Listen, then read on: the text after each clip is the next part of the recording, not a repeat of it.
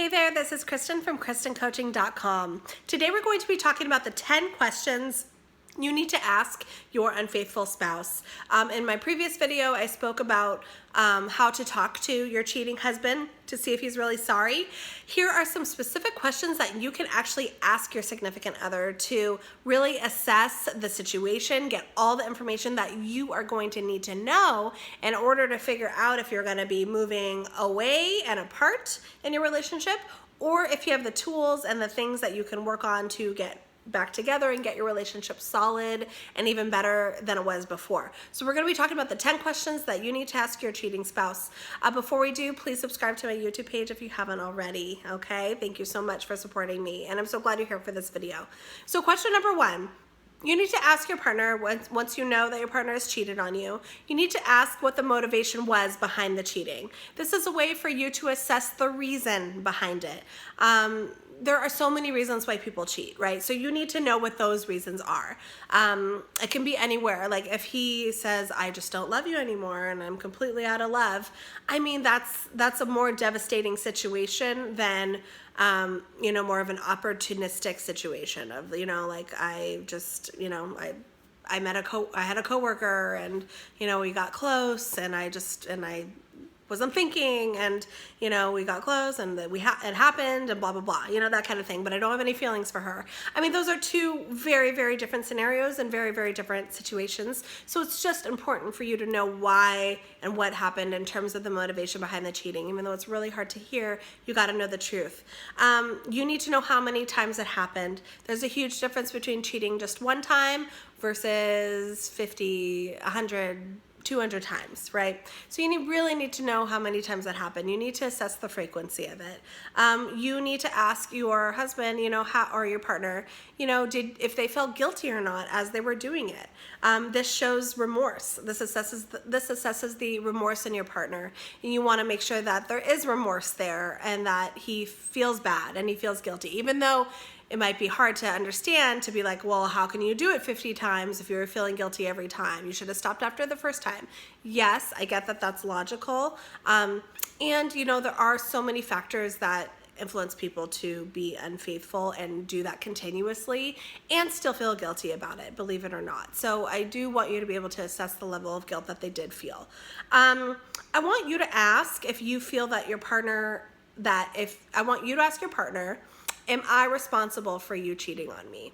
I want you to ask that because if your partner is blaming you for cheating and is pointing the finger at you, you didn't do this, you didn't do that, it's your fault, that is a huge problem because you need to be able to assess the level of personal responsibility that your partner has for the cheating. Yes, your relationship might not have been healthy in many ways, or maybe there are things that you might have said or did to create some emotional distance between you and your partner, which in turn triggered him to maybe want to stray. But you are not the sole responsible person for him cheating at all. Your partner had 100% willpower and will on his own accord on what he did. So if he's saying, yes, it's your fault, that's a big problem. And you're gonna have a big problem down the road to really be able to repair your relationship because it isn't your fault. And in order to do things differently in the future, we need to take personal responsibility for our actions, nobody else. So I do want you to ask that question. I don't want you to ask that question to make you feel bad that, oh my God, I did have, responsibility. I did make him cheat. I drove him to cheating. I don't want you to ask it for that reason. I want you to ask to see what he says, to see if it is your fault. Because if he does say it's your fault, again, that is a problem because it's not your fault. It's just a way to assess his level of personal responsibility for his actions. I want you to ask if he had unprotected sex with a person or persons that he's been with. You need to be able to assess for your personal safety to figure out how you're going to take care of yourself and your physical safety from here on out, because you do have a right and responsibility to know, how safe you are and what to do from there. So you need to know if there's protected sex that was or wasn't going on. You need to ask him if he is willing to do what's necessary to heal the relationship. This is for him to be able to assess his willingness to change, his willingness to do things differently in the future. You need to ask him, what will he do to show that he is being honest with me from here on out? So you need to put the ball in his court, okay? So you say, okay, so let's say that we're together after this and we continue our relationship. How am I gonna know that you are being honest with me from here on out? The burden is on the person who cheated to be able to prove that they are being honest with you from here on out.